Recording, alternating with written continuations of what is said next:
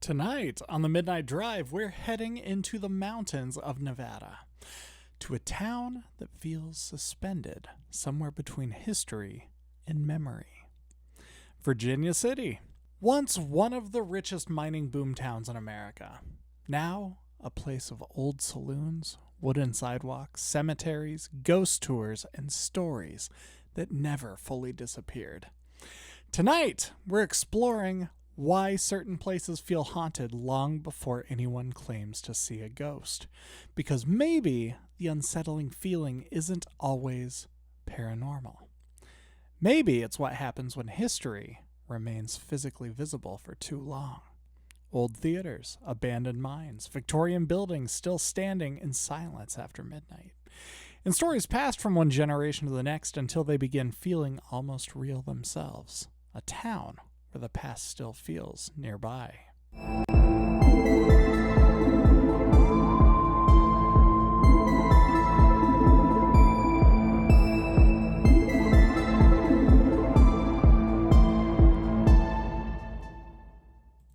Some towns feel old.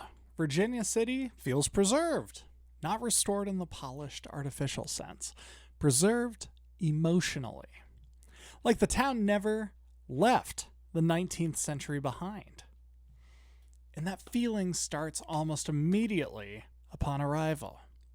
Wooden sidewalks, old saloons, Victorian buildings climbing the mountain roads, historic signage, railroad tracks, cemeteries overlooking the hills. The entire town feels visibly tied to another era. And maybe that's what makes Virginia City feel so emotionally strange. Because unlike many modern towns that continuously reinvent themselves, Virginia City still carries its past openly.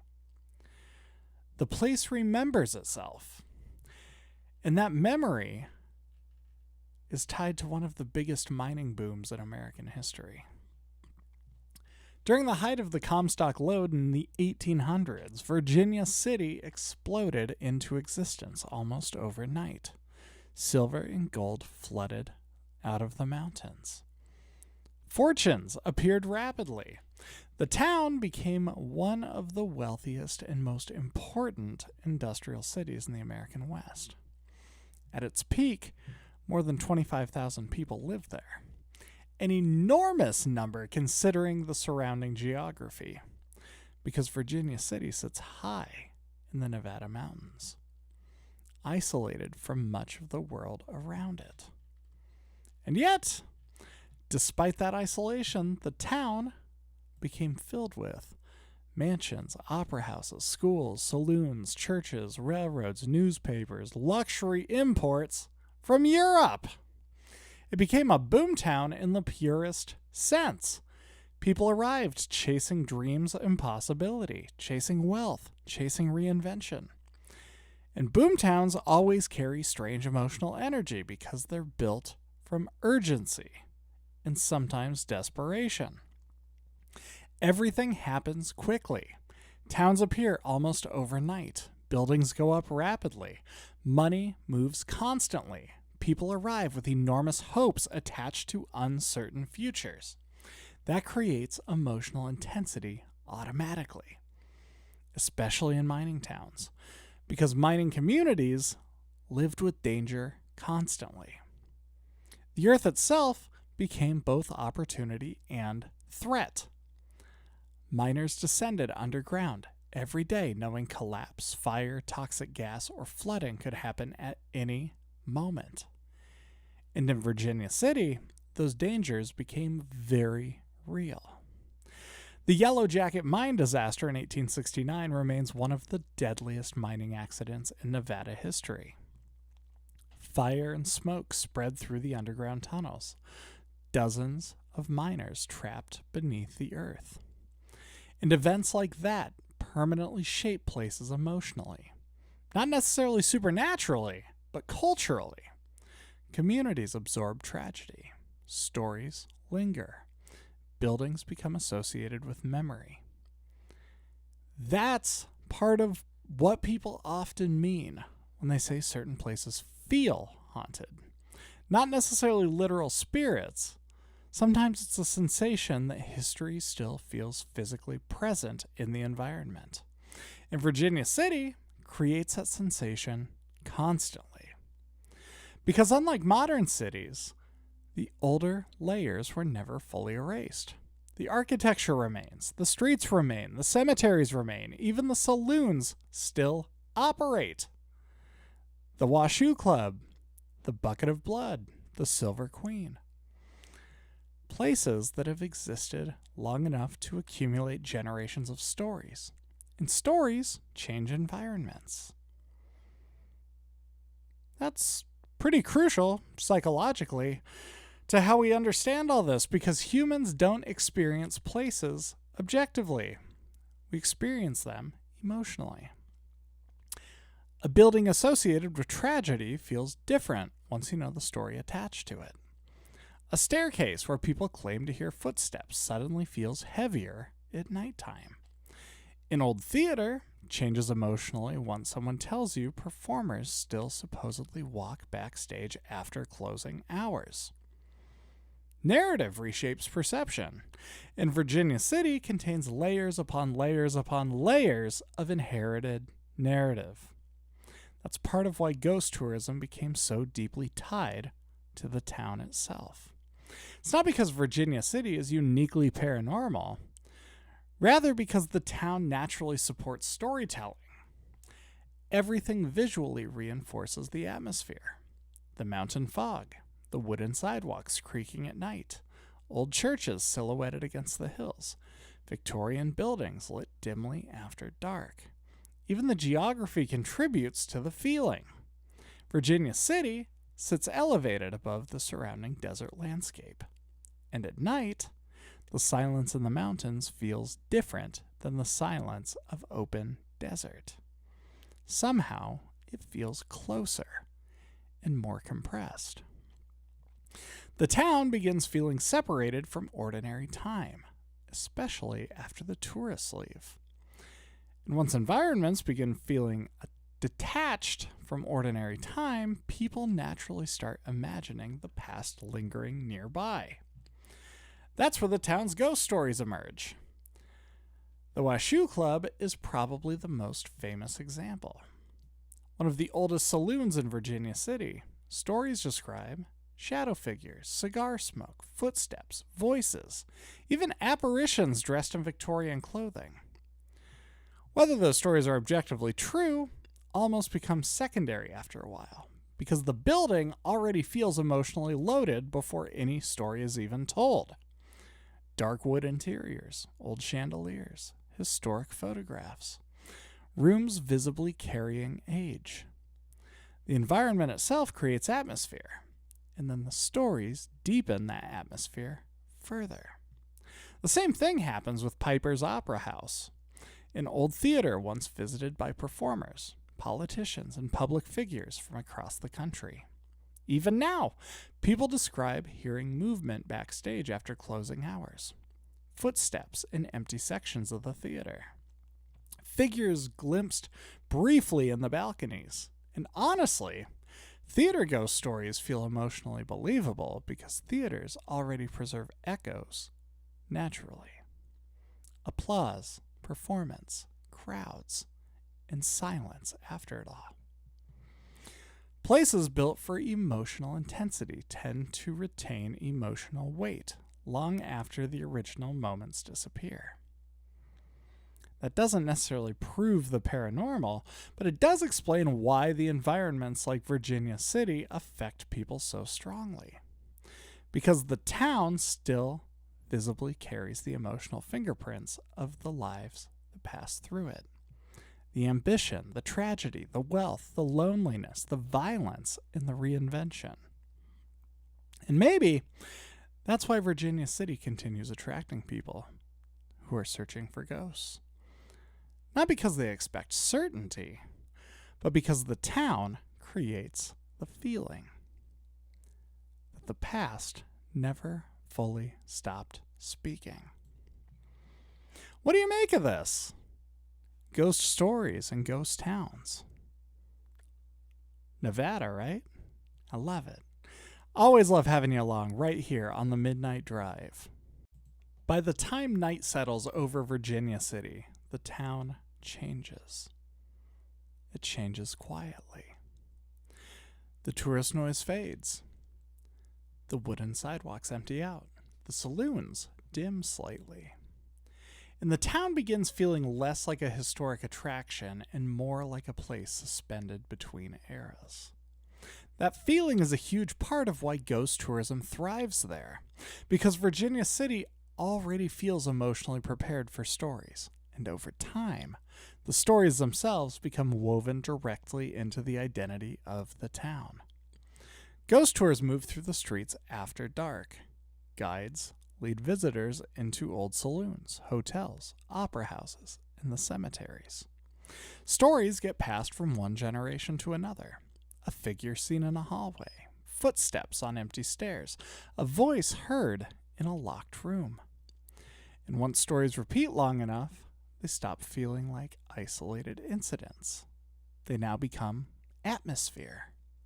That's one of the most fascinating things about Virginia City.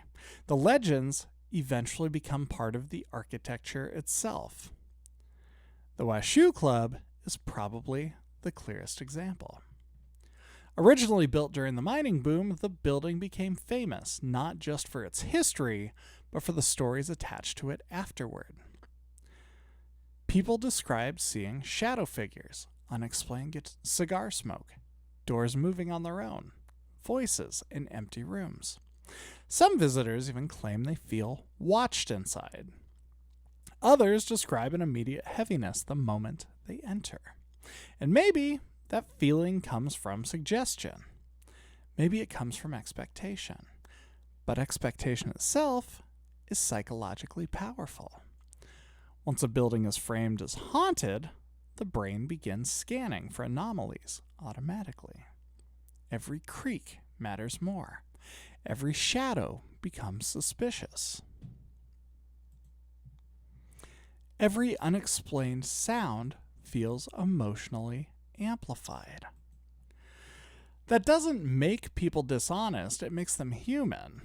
Because people are constantly interpreting environments through narrative frameworks. We've talked about this a lot on the show. And Virginia City is saturated with narrative. Mining disasters, old fires, sudden wealth, sudden death, isolation, boomtown violence. Those stories already exist before the paranormal even enters the conversation.